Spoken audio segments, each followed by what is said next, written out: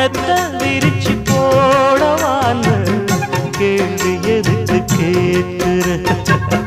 மெல்ல மெல்ல அணைக்கும் போது ஒதுங்கத்தானே பார்க்கிற அடிவாவாயந்தன் தேவி சொல்ல போரே ஒரு சேதி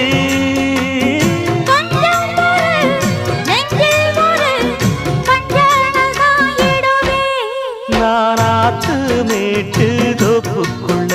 அடி அந்தி சாயும் நேரத்துல